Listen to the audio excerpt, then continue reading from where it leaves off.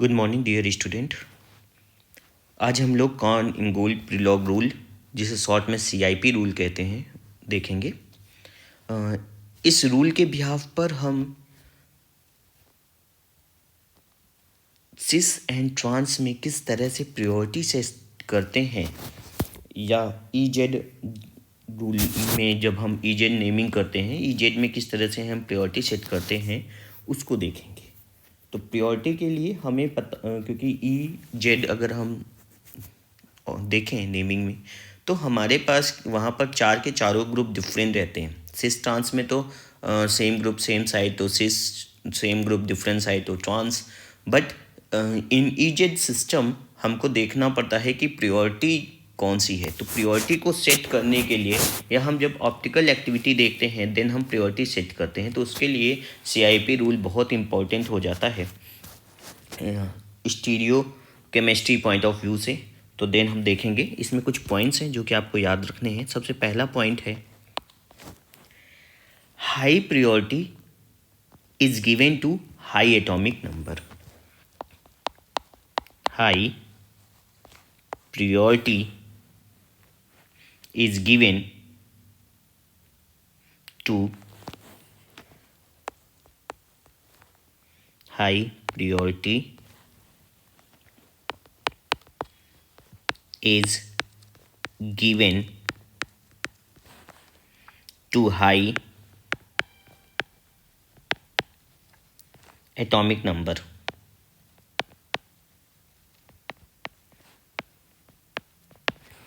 For example, मान लीजिए हमारे पास एक मॉलिक्यूल दिया है,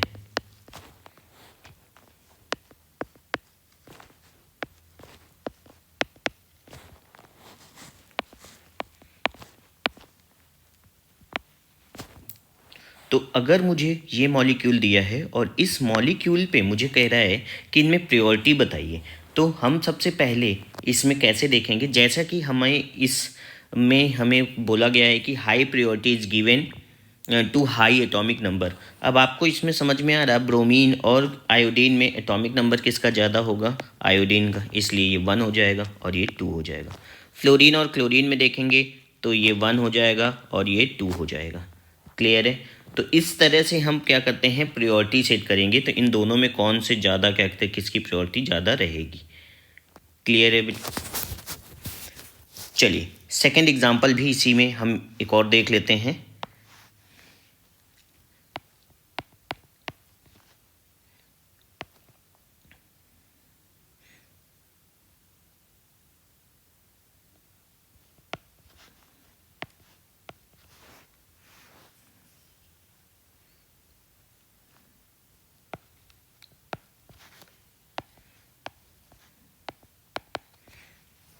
मैंने कुछ ग्रुप बस इंटरचेंज किए हैं।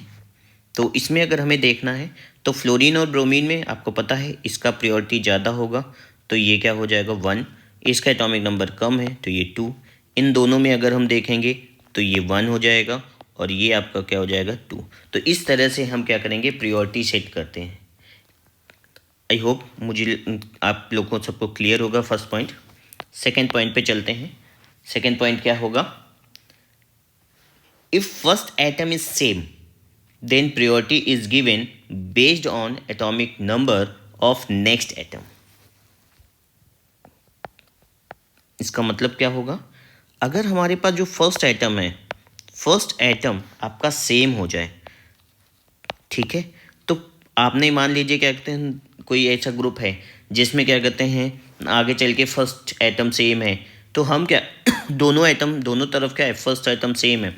अगर फर्स्ट एटम सेम है तो आप देखिए वो उसके बाद जो नेक्स्ट एटम से अटैच है वो नेक्स्ट एटम कौन सा है। अगर नेक्स्ट एटम भी सेम है तो देन उसके आगे देखें, और हम तब तक देखते रहते हैं जब तक डिफरेंट ना मिल जाए। और अगर मान लीजिए पूरा का पूरा चेन ही सेम है, उसके आगे कोई भी डिफरेंसेस नहीं आए हैं, तो वो फिर हम क्या कहते हैं दोनों की प्रायोरिटी सेम रखेंगे, तो फिर वो देन आपका ज्योमेट्रिकल आइसोमर नहीं देगा। बात मेरी समझ में आ रही है? क्लियर है बेटा?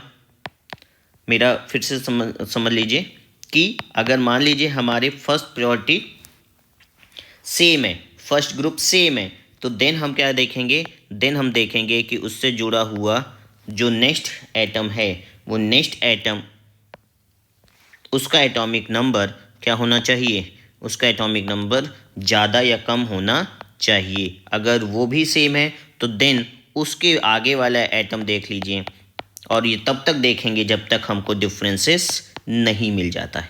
क्लियर है? जैसे मैं आपको एक एग्जांपल के थ्रू यहाँ पर बता देता हूँ।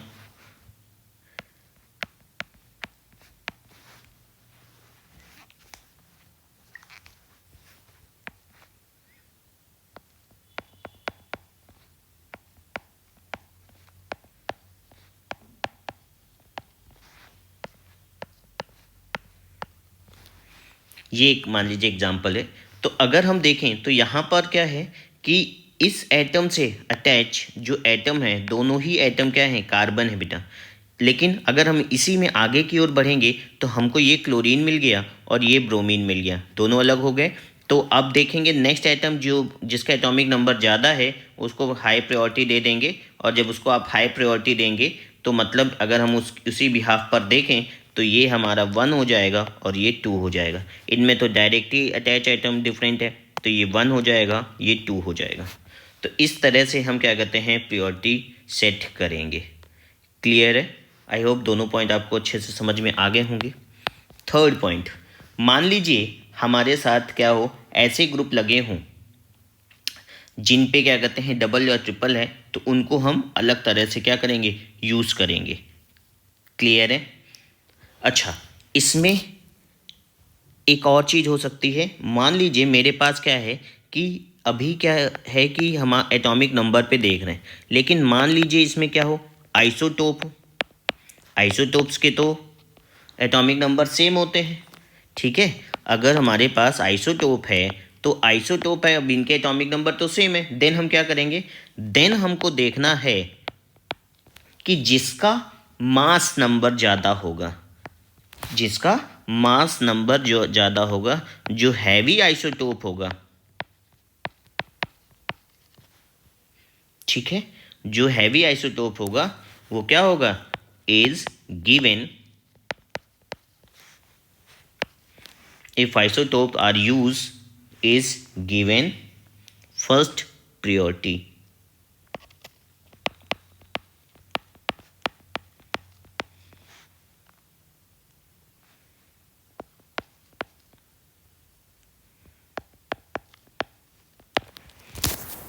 क्लियर है बेटा? तो याद रखिएगा कि अगर आपके पास क्या है, अगर आपके पास मान लीजिए एटम सेम है तो देन हम क्या किसको प्रायोरिटी देंगे, जिसका हमारे पास क्या होगा, मास नंबर ज़्यादा होगा। ओके, नेक्स्ट पॉइंट अगर हम देखें तो नेक्स्ट पॉइंट जैसा कि मैंने आपसे कहा था, if multiple bond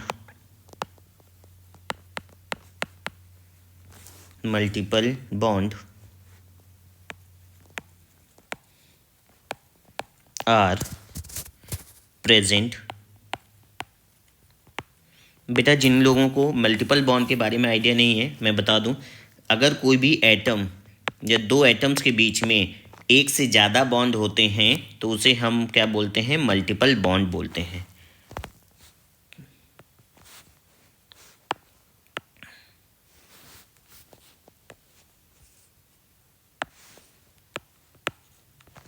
If multiple bonds are present, then they are viewed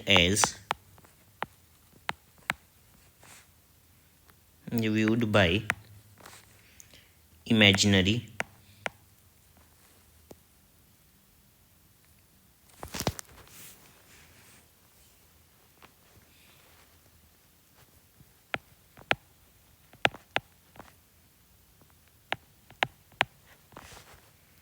single bond. I know आपको क्या लगता है, ये लास्ट लाइन में थोड़ा सा दिक्कत आ रही होगी कि कैसे हम इसको, सर ने बोला है कि क्या कहते हैं इसको, तो इसको ऐसे समझिए, जैसे मान लीजिए मेरे पास क्या है, carbon double bond oxygen H ये है। तो अगर हम इसको देख रहे हैं तो ये हमको कुछ इस तरह से दिखाई देना चाहिए कि कार्बन ऑक्सीजन से जुड़ा है 2 बार और 1 बार जुड़ा है हाइड्रोजन से, और ये वैलेंसी। इस डबल बॉन्ड का मतलब है 2 बार ऑक्सीजन से अटैचमेंट। अगर मान लीजिए मेरे पास डबल बॉन्ड ऑक्सीजन एंड ये ऐसा है, तो देन हम इसको किस तरह से देखेंगे? इसको देखेंगे कि हमारे पास इस डबल बॉन्ड के कारण 2 ज्वाइनिंग हो गई ऑक्सीजन से और 1 ज्वाइनिंग हो गई किससे? OH से। ठीक है, तो इस तरह से हम इसको ट्रीट करेंगे। याद रखिएगा, मान लीजिए यहीं पर आपको कुछ ये वाला स्ट्रक्चर आ जाए कि अब हम इसको कैसे देखेंगे, तो सेम इसी तरह से इसको भी देखेंगे। इसको हम कैसे देखेंगे? देखिए, ये आपका क्या कहता है, जो कार्बन है ये 1 हाइड्रोजन से जुड़ा है, 2 बार ये किससे जुड़ा है? कार्बन से अटैच है, कुछ इस तरह से।